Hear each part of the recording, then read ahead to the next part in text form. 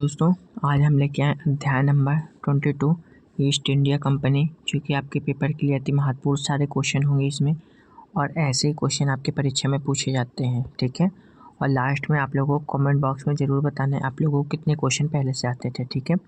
अब हम बढ़ते अपने पहले क्वेश्चन की ओर। हमारा पहला क्वेश्चन क्या कहता है? मुगल सम्राट द्वारा नियुक्त बंगाल का अंतिम गवर्नर कौन था? तो ये हमारे मुर्शीद कुली खां थे, ठीक है। Right answer option number B होगा। अब हम इसमें मुर्शीद कुली खां के बारे में कुछ पढ़ लेते हैं। बंगाल के स्वतंत्र राज्य का संस्थापक मुर्शीद कुली खां था। इसने अपनी राजधानी को ढाका से मुर्शिदाबाद स्थानांतरित कर दिया। मुर्शीद कुली खां को सर्वप्रथम 1717 ईस्वी में फारुख सियर द्वारा बंगाल का अंतिम गवर्नर सूबेदार नियुक्त किया गया था, ठीक है। ये सारे इंपॉर्टेंट है, ठीक है।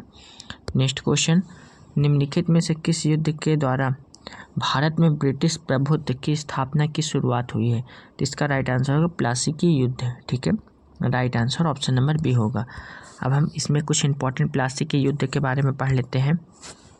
प्लासी का युद्ध 23 जून 1757 भारत में ब्रिटिश प्रभुत्व की स्थापना का प्रारंभ माना जाता है। यह युद्ध बंगाल के तत्कालीन नवाब सिराजुद्दौला तथा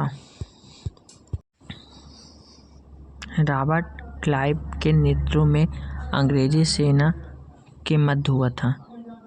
इस युद्ध में अंग्रेजी की विजय हुई और उनका बंगाल पर अधिकार हो गया। इस विजय में ईस्ट इंडिया कंपनी का व्यापक वाणिज्यिक अधिकार प्राप्त हुए, जिनसे अर्जित किए गए, ठीक है। लाभों से उनकी सैन्य एवं राजनीतिक शक्ति में निरंतर वृद्धि हुई और भविष्य में बंगाल से बाहर राजनीतिक प्रभुत्व के विस्तार की पृष्ठभूमि तैयार हुई है, ठीक है। नेक्स्ट क्वेश्चन, निम्नलिखित में से किसे स्वर्ग से उत्पन्न सेना नायक कहा गया है? तो जो है रॉबर्ट क्लाइव को कहा गया है। Right answer option number B होगा हमारा। रॉबर्ट क्लाइव 1757 से 1760 एवं 1765 से 1767 ईस्वी को प्लासी के युद्ध के पश्चात बंगाल का प्रथम गवर्नर बनाया गया। इसने बंगाल में दैर्घ्य शासन 1765 से 1772 ईस्वी लागू किया, जिसे वारेन हेस्टिंग ने 1772 ईस्वी में समाप्त कर दिया। विलियम पिंट ने रॉबर्ट क्लाइव को स्वर्ग से उत्पन्न सेनानायक कहा है, ठीक है।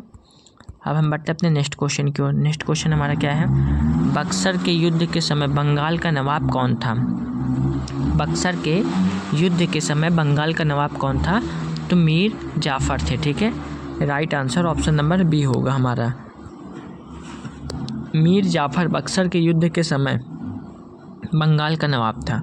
बक्सर का युद्ध 22 अक्टूबर 1764 में ईस्ट इंडिया कंपनी के हेक्टर मुनरो और मुगल तथा नवाबों की सेनाओं के मध्य लड़ा गया था। बंगाल के नवाब मीर कासिम, अवध के नवाब शुजा-उद-दौला तथा मुगल बादशाह शाह आलम द्वितीय की संयुक्त सेना अंग्रेज कंपनी के विरुद्ध लड़ रही थी, जिसमें अंग्रेजी की विजय हुई थी। बक्सर युद्ध के पश्चात ही भारत में वास्तविक रूप से ब्रिटिश प्रभुत्व की स्थापना हुई है, ठीक है। नेक्स्ट क्वेश्चन, निम्नलिखित में से कौन सा युग्म सही सुलेमित है? चिलियावाला का युद्ध, ये होना चाहिए जलियावाला का युद्ध, ठीक है। डलहौजी के विरुद्ध मराठे, गलत। खुर्जा का युद्ध निजाम के विरुद्ध ईस्ट इंडिया कंपनी, गलत। वांडीवास का युद्ध फ्रांसीसियों के विरुद्ध ईस्ट इंडिया कंपनी, बिल्कुल सही है, ठीक है। ये वाला ऑप्शन नंबर सी हमारा बिल्कुल सही होगा, ठीक है। चिलियावाला का युद्ध इसमें लिखा है तो 13 जनवरी 1849 अंग्रेजों और सिखों के मध्य। खुर्जा का युद्ध 1765 ईस्वी निजाम और मराठों के मध्य। वांडीवास का युद्ध 22 जनवरी 1760 अंग्रेज और फ्रांसीसी की सेना के मध्य। बक्सर का युद्ध 22 अक्टूबर 1764 बंगाल के नवाब मीर कासिम और अंग्रेज कैप्टन हेक्टर मुनरो के मध्य, ठीक है। नेक्स्ट क्वेश्चन, सिराजुद्दौला ने 1756 ईस्वी में अंग्रेजों को हराकर किस शहर पर अधिकार प्राप्त कर लिया था? तो ये हमारा कलकत्ता है, ठीक है। Right answer option number C होगा हमारा। सिराजुद्दौला ने 1756 ईस्वी में अंग्रेजों को हराकर कलकत्ता पर अधिकार कर लिया तथा कलकत्ता का नाम बदलकर अलीनगर रखा। सिराजुद्दौला ने कलकत्ता के प्रबंध का कार्य अपने एक अधिकारी माणिक चंद को सौंप दिया। ठीक है। Next question, black hole. Black hole घटना का विवरण हमें एक अंग्रेज से प्राप्त होता है। वह कौन था? तो वह हमारे हालवेल थे। ठीक है। Right answer option number C होगा हमारा। ठीक है। ब्लैक होल घटना का विवरण हालवेल नामक अंग्रेज सैन्य अधिकारी से प्राप्त होता है। यह घटना 20 जून 1756 को कलकत्ता में हुई थी। बंगाल के नवाब सिराजुद्दौला ने 18 फीट लंबे तथा 14 फीट 10 इंच चौड़े कमरे में 146 अंग्रेज कैदियों को बंद कर दिया था, जिसमें से अगली सुबह केवल 23 लोग ही जीवित बचे थे। इसे काल कोठरी की घटना के नाम से जाना जाता है। इसे काल कोठरी की घटना के नाम से जाना जाता है। ठीक है। नेक्स्ट क्वेश्चन, मुर्शीद कुली खान ने ढाका से अपनी राजधानी कहाँ स्थानांतरित की? यह हमारा मुर्शिदाबाद में स्थानांतरित की। Right answer option number C होगा हमारा। मुर्शीद कुली खान ने अपनी राजधानी ढाका में मुर्शिदाबाद मकसूदाबाद स्थानांतरित की। मुगल बादशाह फारुखसियर ने उसे नासिर जंग की उपाधि से विभूषित किया था। मुर्शीद कुली खान को दक्षिण भारत का टोडरमल कहा गया। ठीक है। टोडरमल भी कहा जाता है। ठीक है दोस्तों। नेक्स्ट क्वेश्चन, मीर कासिम ने अपनी राजधानी मुर्शिदाबाद में कहाँ स्थानांतरित की? तो यह हमारा मुंगेर में स्थानांतरित की। Right answer option number C होगा हमारा। अंग्रेज के हस्तक्षेप से बचने के लिए मीर कासिम ने अपनी राजधानी मुर्शिदाबाद से मुंगेर स्थानांतरित की थी।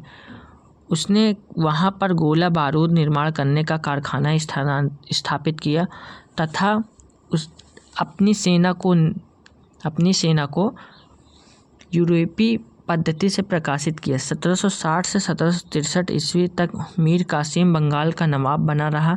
1763 ईस्वी में मीर कासिम को हटाकर मीर जाफर का बंगाल का नवाब बना दिया गया। इसके पश्चात बक्सर का युद्ध हुआ। ठीक है। वांडीवास का युद्ध।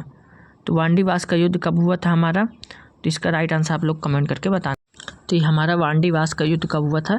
तो ये हमारा ब्रिटिश ने फ्रेंच को हराया था तब हुआ था। Right answer option number C होगा हमारा। ठीक है। अब हम बढ़ते हैं अपने नेक्स्ट क्वेश्चन की ओर। नेक्स्ट क्वेश्चन पे हमारा क्या है, पहले इसके बारे में कुछ डिफिनेशन पढ़ लेते हैं। ठीक है। अंग्रेजों तथा फ्रांसीसियों के मध्य हुए युद्ध में फ्रांसीसी पराजित हुए। अंग्रेजी सेना का नेतृत्व सर आयरकोट ने, जबकि फ्रांसीसी सेना का नेतृत्व काउंट डी लाली ने किया था। ठीक है। नेक्स्ट क्वेश्चन,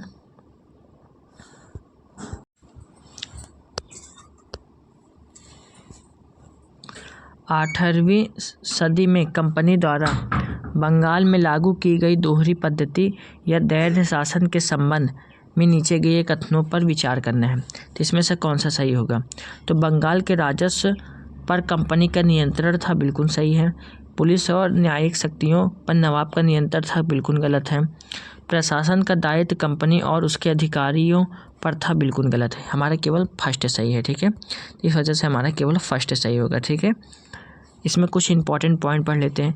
दैर्ध्य शासन के अंतर्गत निजामत, सुरक्षा व्यवस्था या पुलिस प्रशासन, आंतरिक प्रशासन, फौजदारी, न्याय एवं अन्य समस्त प्रशासन का अधिकार नवाब को दिया गया, जबकि दीवानी राजस्व वसूली एवं दीवानी न्याय के अधिकार कंपनी के पास थे। कंपनी ने दीवानी कार्य के लिए 2 उप दीवान बंगाल में मोहम्मद राजा खां एवं बिहार में सिताब राय को नियुक्त किया था। ठीक है।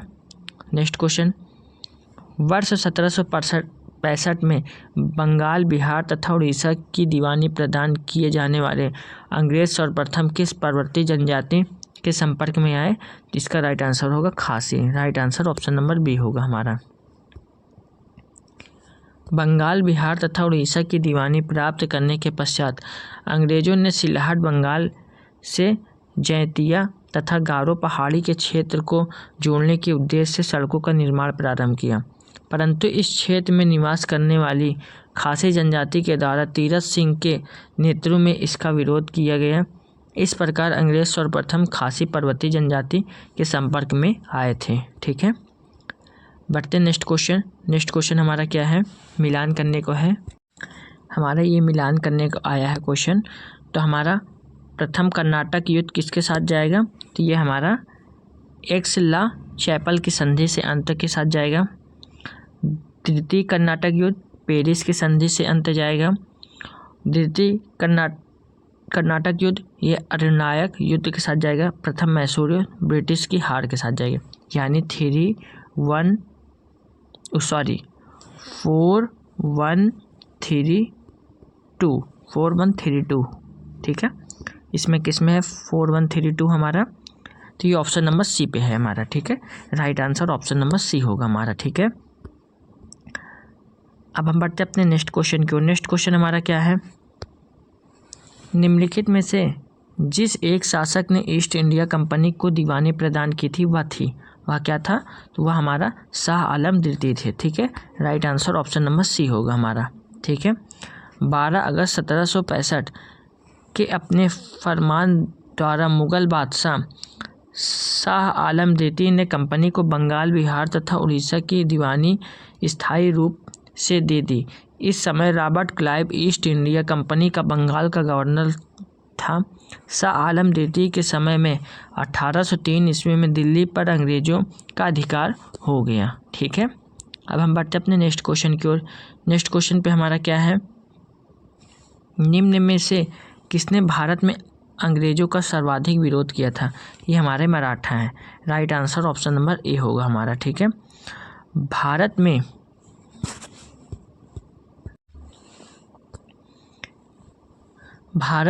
में अंग्रेजों का सर्वाधिक विरोध मराठों द्वारा किया गया था।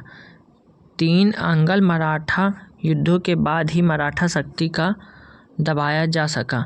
प्रथम आंग्ल मराठा युद्ध में अंग्रेजों को मुंह की खानी पड़ी। सालाबाई की संधि से प्रथम युद्ध बंद हुआ। विले जली ने 1802 ईस्वी में अपनी सहायक संधि के जाल में पेशवा का बांध दिया। 1818 में ईस्वी में लॉर्ड हेस्टिंग ने मराठों को रही सही शक्ति को समाप्त कर ब्रिटिश सर्वोच्चता की स्थापना की। ठीक है, अब हम बढ़ते अपने नेक्स्ट क्वेश्चन की ओर।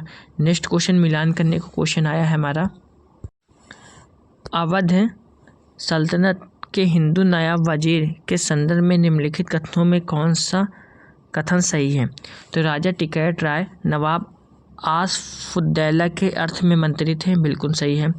अवध के नवाबों के राज्य में सामान्यतः कतिपय हिंदू जातियों के लोगों का उच्च स्थान प्राप्त था, बिल्कुल सही, यानी हमारा फर्स्ट और सेकंड दोनों सही है। तो इस वजह से हमारा राइट आंसर क्या होगा, ऑप्शन नंबर सी होगा। ठीक है, अब इसमें कुछ इंपॉर्टेंट पॉइंट पढ़ लेते हैं।